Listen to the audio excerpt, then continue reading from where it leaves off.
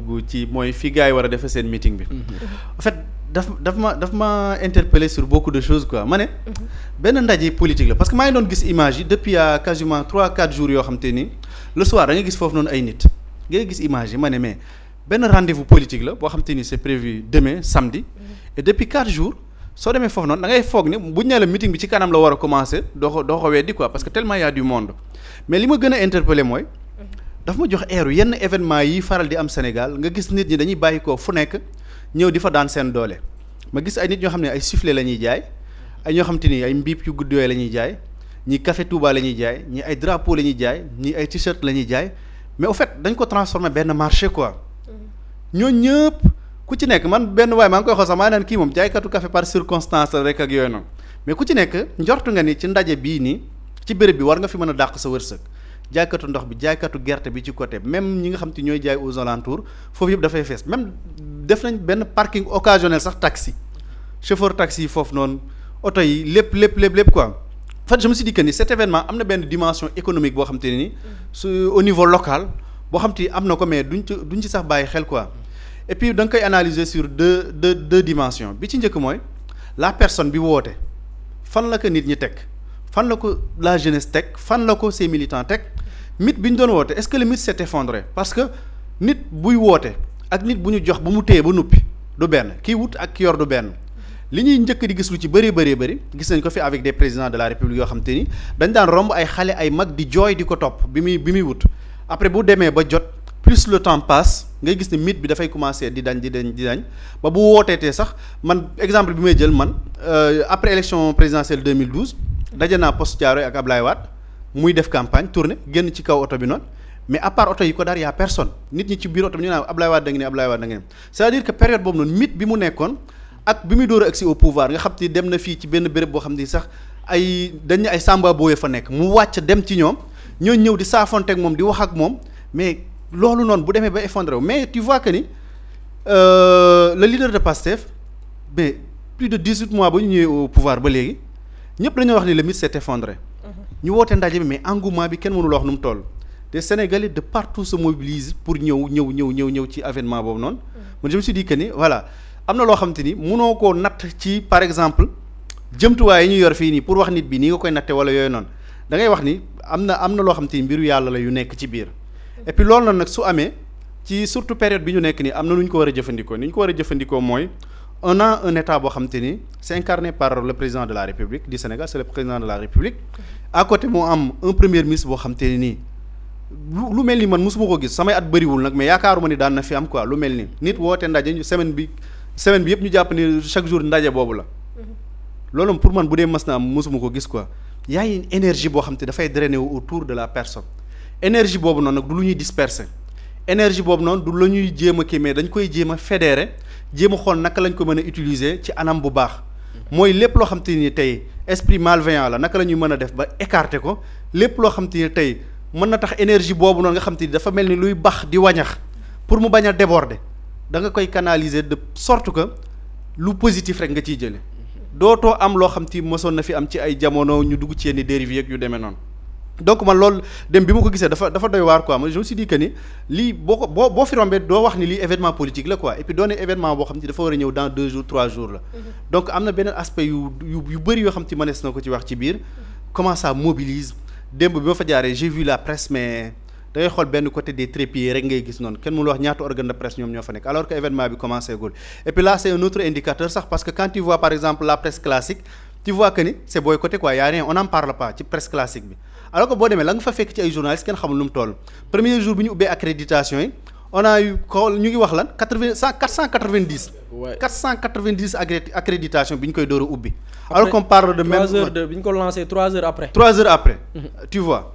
donc alors que même la presse classique dañ naan la bon est-ce que nekk di ko boycotté on n'en parle pas ci journaux yenn yi télé yi bu ñu ci wax aussi c'est de manière beneen manière lañ koy joxe mais n'empêche ça plus de en 3 heures de temps ils ont eu 490 demandes d'accréditation soo demee la nga fay fekk j'ai vu même ñoo xam te jógewuñ Sénégal jógewuñ Dakar dans d'autres régions lañ jóge parce que am na médias yoo xam te nekkuñ biir Dakar feneen lañ jóge ñëw mais dañuy ñëw avant bi quoi di ko dund fii nii donc c'est un phénomène boo xam te ni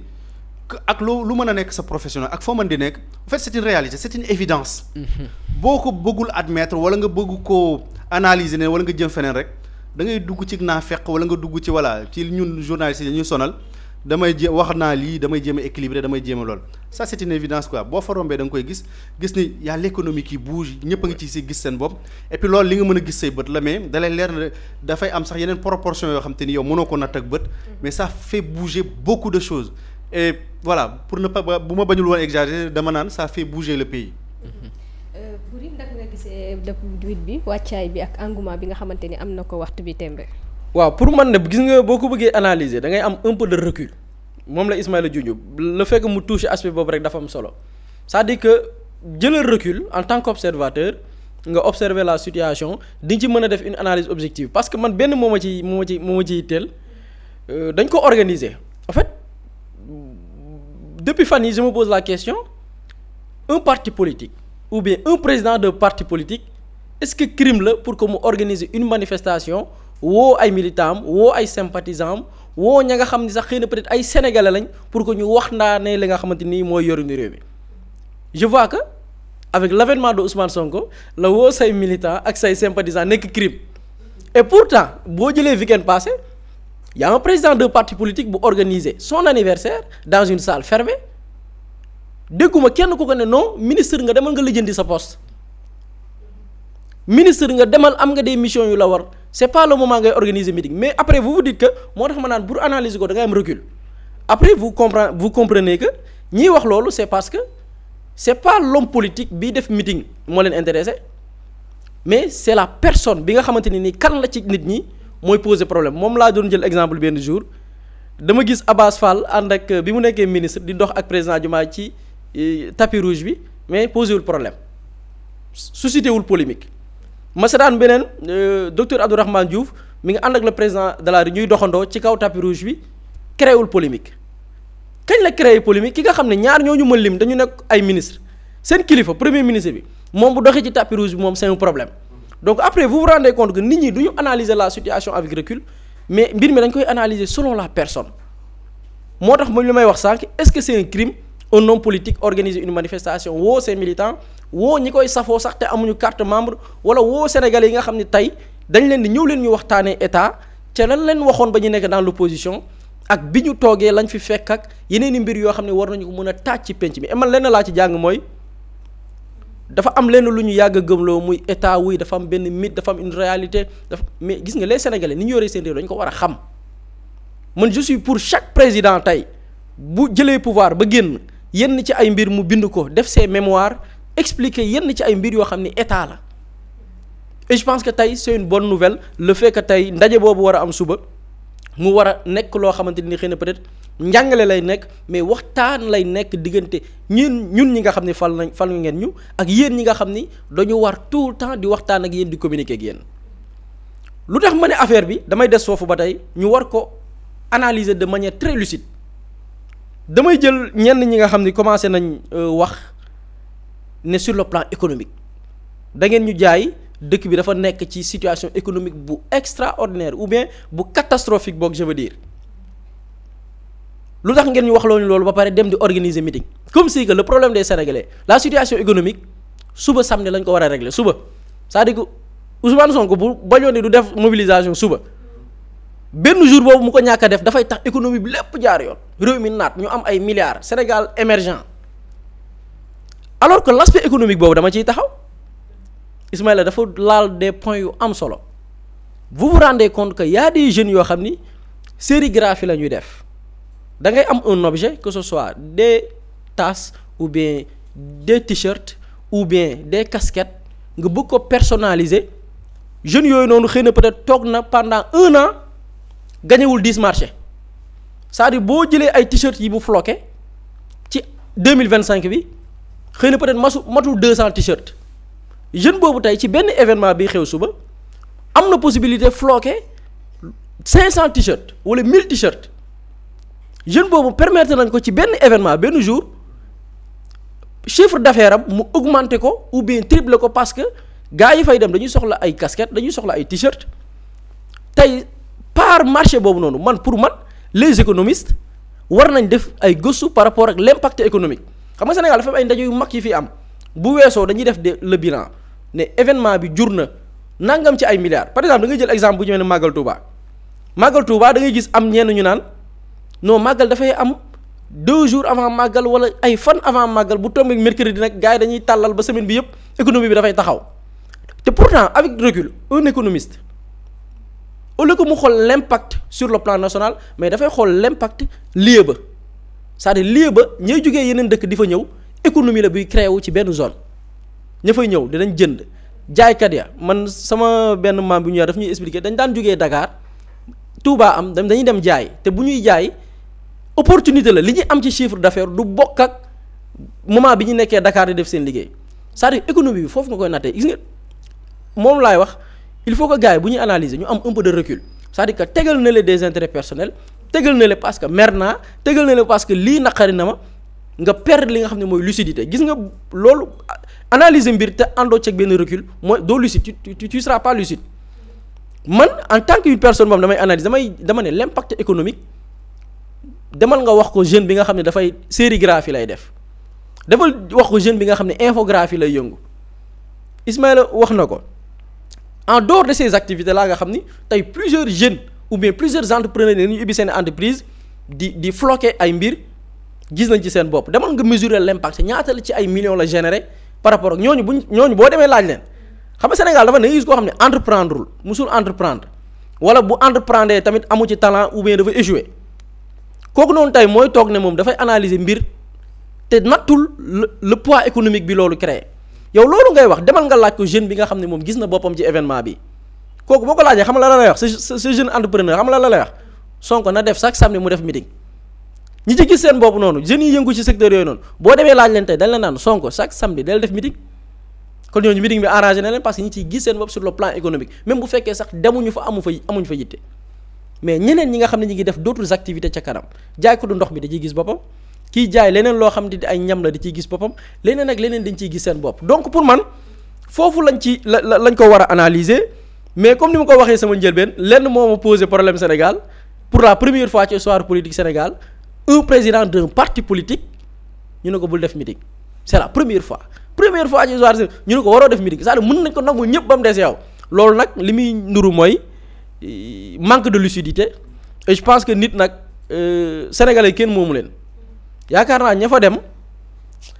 su ma juumul bañ ko fa le premier ministre dañ koy bàkkee moo gën a nay ci politiciens yi dama gis benn jour Cheikh Bara Ndiaye bi moom la ñuy dalal tey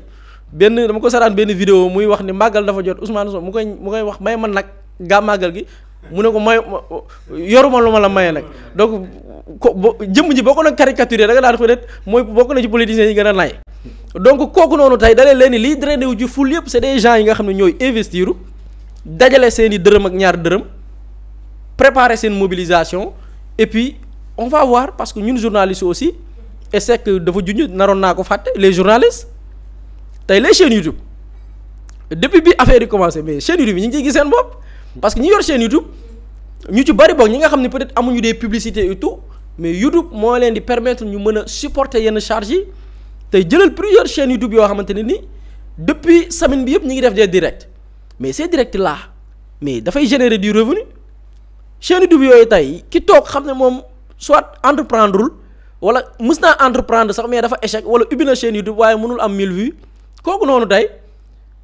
bu demee laaj keneen ku yor chaîne YouTube comme d'autres chaînes yi nga xam ne depuis boobu ñu ngi def des directs kooku bu demee laaj leen chaîne YouTube xam nga lan la wax Ousmane Sonko dafa war di def chaque semaine une sortie parce que ñoom ñu ngi ciy gis seen bopp sur le plan économique donc pour man lii moo lay permettre nga def une analyse objective mais bu ñu analyser xët-xët gis nga dañ naan sax mer boo meree sax bu jël décision waaye tamit boo meree nit sax boo meree doo muus quoi. boo meree doo muus donc nag bu dee da ngay analyser mer rancune ou bien des problèmes personnels malheureusement da ngay manquer de lucidité et les sénégalais dofuñ sénégalais ñoo moom seen bopp et je pense que moom sa bopp boobu nag mooy sañ-sañ bi foofu laa wax on a beau tenir des discours gis nga fii Sénégal ñiy woote woo les plus grands démocrates sont pas des démocrates parce que yow mënoo ni yow tu es un intellectuel sénégalais am droit wu xam nga Ousmane Sonko seexulul kenn lem naan la kaay ñëwal sama meeting quoi woote na mais ku ci nekk am nga droit dem war a bañ a dem mais en tant que sénégalais yaay toog benn Buri Jaxate naan caféem suba taal ordinateur war a téye clavier am non di ne ñooñu waruñu daje quoi c'est-à-dire que yow tu te réclames démocrate mais mu nanguloo nit woote mu namm tànkam dem toog fa déglu wala taata am na ci droit donc foog ñu nangul ku ci nekk droit am et malheureusement Sénégal nag ñi ci woote woo démocrate ak ouverture d'esprit da ngay gis ni c'est des esprits très faibles mais aussi très limités en matière d'analyse parce que man dama gëm ni événement bi sax beneen angle d'analyse la ci gars yi war a am lu bokk la xëy na peut-être yenn spéculation ñuy dégg fan yëpp.